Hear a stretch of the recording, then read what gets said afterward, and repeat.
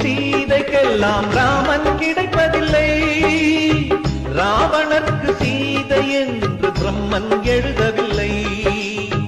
புதிய பாதை போட்டுக் கொள்ள எவரும் மறுப்பதில்லை.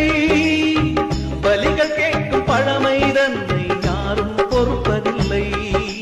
பெண்ணுக்கு பெண்ணிங்கு எதிரி இல்லை. பெண்மையை காட்டிலும் தெய்வமில்லை. அத்தை கண்களில் அன்னை தோன்றினாள். தோன்றினள் மாகாளி, அவள் பரிசிந்த பொன்தாரி.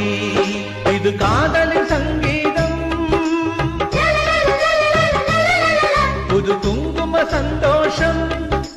மாற்றும் மாலையும் ஏற்றும் தீபமும் மங்கள பண்பாடும் ஸ்ரீதேவியின் கல்யாணம்.